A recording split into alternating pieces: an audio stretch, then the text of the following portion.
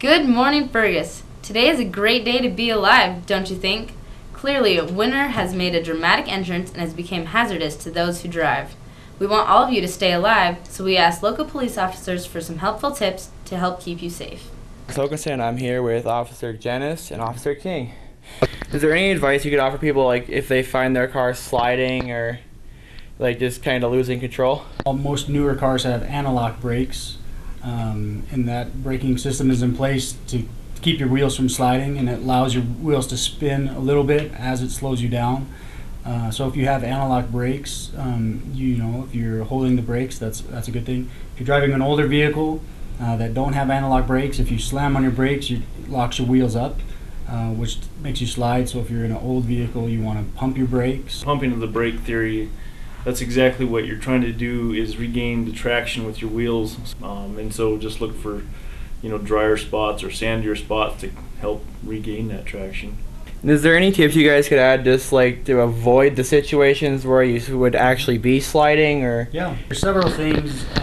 One of the most important things for wintertime driving is slow down. That's going to be the number one factor in preventing yourself from getting in an accident. Another thing is you can make sure you have good tires. If you have bald tires or old tires, you're not going to get as good of traction, which is going to increase your likelihood of sliding and losing control of your vehicle. There's a lot of other things that you can do driving defensively. Realizing it's a lot easier to speed up during the winter than it is to slow down. So make that distance of separation between you and objects, a slick corner or a vehicle in front of you, make that distance greater, at least by double, because you want to allow for, if you do lose control, you want to allow for your vehicle to be able to stop and regain traction in time. It's just say you get in an accident. Like, is there any tips you could give on properly reporting it, or just? Yep. If you find yourself in an accident where you strike a vehicle that there's nobody else in, let's say you hit a parked vehicle that's unattended, you're required to do a few things.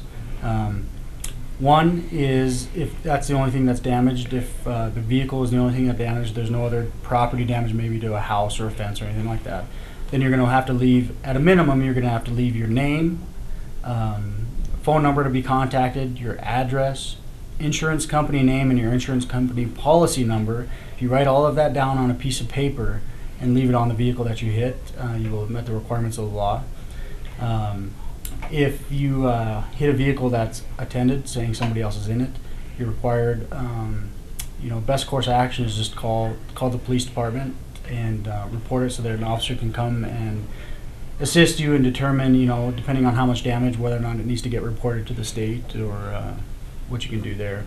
But yeah, best thing you can do is if you hit something and you're unsure what to do, the best thing you can do is just call the police department so you don't find yourself breaking multiple laws and finding yourselves with, for example, if you hit a vehicle that's unattended and you just leave the scene and we end up finding you later, you will find yourself in violation of four or five laws in a total of over $1,000 in fines if you do that. So best thing if you don't know what to do is just call the police department, because it's like they say, bad news doesn't get better with time. So we at the police department will be happy to answer any questions. If you have questions on what to do, give us a call and we'll answer those questions. Just slow down and create a greater distance. Always approach your corners with precaution, and also other vehicles in front of you with precaution as well. Okay, Officer Janice, any tips you'd like to add? Slow down, and it may be fun to try to drift your car around a corner, but until you hit something or somebody else, the fun's all out of it. So just keep in mind to be safe and slow down, and everybody should be all right. Hi Fergus, hi, I'm Jenna Wise. I'm here with Brady Benson. So Brady, we all heard you're kind of an offender bender. Could you tell us what happened with that? Well, I parked my car up by the street and I put my car in gear, apparently didn't pull the e-brake like as far as I normally do. My car popped out of gear and started rolling. It went around all the cars in the parking lot except for Taylor Dingle's and Dylan Stenseth's. How much damage did that do to your car and to the other vehicles? My car, the back passenger door is completely damaged. My it almost hit my rear bumper. I have a severe dent right next to my rear bumper on the passenger side, and we got an estimate at K&R for about a little over $4,000. And is that to replace all the parts and repaint it, or just for replacement? I believe just replacement. Okay, and how much do you think your insurance is going to go up because of it? I think it's going to go up a whole bunch. How much, what was your mom's reaction when she heard? Well, this isn't my first wreck that I've been in. As a couple of you know, I totaled my mom's Suburban a couple years ago, and she told me, okay, 2 more wrecks and you're done. It's a 3-strike count. And well, this is actually my 4th wreck that I've been in. She said, well, stuff happens. Yeah. It technically wasn't your fault. So I'll give you a pass. You can still drive. Lucked out on that one. I did. Do you have any tips for your fellow student drivers out there? Pull the e-brake. Okay, Fergus, well, you heard it from here first. All right, have a good one. Thanks, Brady. Now that we've got that cleared up, we're glad to hear everyone had safe travels to and from Bozeman, where the Fergus volleyball team claimed another state title. Woo! Thanks for going out and supporting your girls. Great job, team. In other news, this weekend, one of your favorite musicals will hit the stage right here at Fergus High. That's right, it's Grease. Go Grease Lightning! The showings will be Friday night at 7 and Saturday at 2. Admissions fee is $5, and that'll go to support the Fergus High music program. Here's a trailer.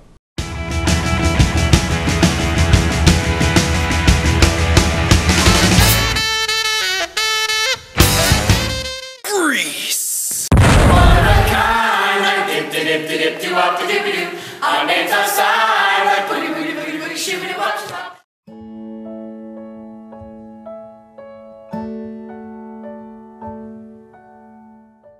It's raining on prom night. Men are boy, cute as can be. Summer days drifting away through all the summer nights.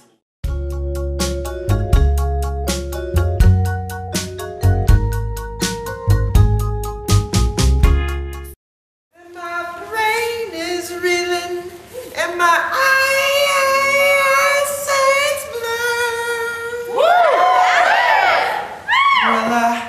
tremble a lot. I'm nervous and I'm hot. I'm all choked up.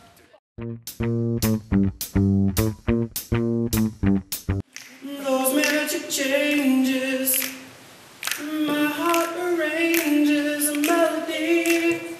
It's never the same melody. It's calling your name. Just moody, so sad and blue. This is one of the greatest musicals I've ever seen! Well, basically because I'm in it. But you know, when I think about it, everyone else is not as bad as I thought they would be. So this is a play that is written about the country of Greece. That's where a lot of olive production is made. Olives are grown. That's not. Oh, that makes so much more sense. Yeah, Danny and Sandy had pretty sexcellent chemistry. I'd like to introduce the Pink Ladies to my Grease Lightning. The music and choreography were really top notch. And there was a really hot drummer. The bass player was pretty good looking too.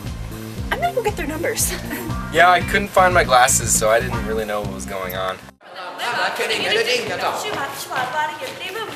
Ching ching, chingy ching shbop. Dip do dip do dip do wop a dooby doo. Boogie boogie boogie boogie shibbity wop shbop. Sha-na-na-na-na yippity boogie boo. Ra-la-la-la-la kiddingity ding dong. Shibop shibop yippity boogie boo. Ching ching, chingity ching shbop. Dip do dip do dip do wop a dooby doo. Boogie boogie boogie boogie shibbity wop shbop. Sha-na-na-na-na yippity boogie boo. Wop bop loo bop. Wop bam boo.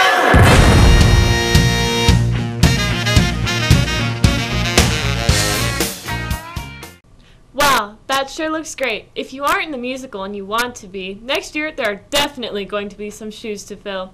Maybe singing isn't your thing. In that case, the first day of winter sports are coming up. Wrestling started yesterday, and basketball for both boys and girls will be starting up this Monday. And coming up next Tuesday, Science Olympiad will be traveling to their state meet. Let's take a look at some of their events. Hi, we're here with Jarrett Guire, a member of the Science Olympiad. Jarrett, what events are you doing this year? This year I'm in astronomy, Fermi, gravity vehicle, and experimental design. And which one's your favorite? Probably gravity vehicle. Is that what this is? Yep. Can you show us anything, what it does? Well, the point of gravity vehicle is to make a car that goes down a ramp and stops at a distance, and we don't know what it is until we get there. And so basically we set it up, and right now we're just testing it a lot and just roll it down. Do you think it's going to be ready by this weekend, or? I think we'll have a pretty good chance at winning. Oh, good. Okay, well, thank you. Yep. Hi, I'm Scott Smith, and I'm here with Nathan Kennedy to talk about Science Olympiad. Nathan, what is that? This is a tower made of balsa wood. I'm in the event Towers for Science Olympiad, along with microbiology and disease detectives. But this tower is about 2.5 feet tall, weighs about 1 ounce, and it holds up this, which weighs about 33 pounds. Oh, jeez, okay. So yeah, it has like a 500 to 1 ratio, and it's really tall, and it's pretty awesome. Hey Fergus, we're here with Tony, and Tony is in Science Olympiad. So what events or event do you do? I'm in the helicopter event. And what is that? I have to build a helicopter and fly it and come up with all these tests. Okay, so how big is your helicopter? Is it like it's a real helicopter? Nah, it's just more like a piece of wood and two rotors on top and bottom. Okay, so how long does it have to stay in the air? Well, I don't know yet. It depends on how big the place is. And how do they rank who wins in the helicopter competition? I think it's whose helicopter can fly the longest without hitting or like messing up or whatever. Cool. Okay, well, the Science Olympiad at Fergus has taken second for like the past 3 years, so we're going for a first this year, huh? Definitely. All right, thanks. Impressive! In other news, Key Club is starting to heat up as winter approaches. Before the holidays, they are selling popcorn, so be sure to find a Key Clubber to give you the details. Sales end December 2nd through, so be quick. Key Club is also taking charge of the North Pole Adventure. It's $25 per person, and Key Club needs your help. If you'd like to volunteer and not in Key Club, talk to Mrs. Slagle for more information. And finally, this weekend is your favorite teams are going head-to-head. Be sure to log on to What's Hot and What's Not to say who you think will win between the Cats and the Grizz. And boom goes the dynamite! Go Grizz!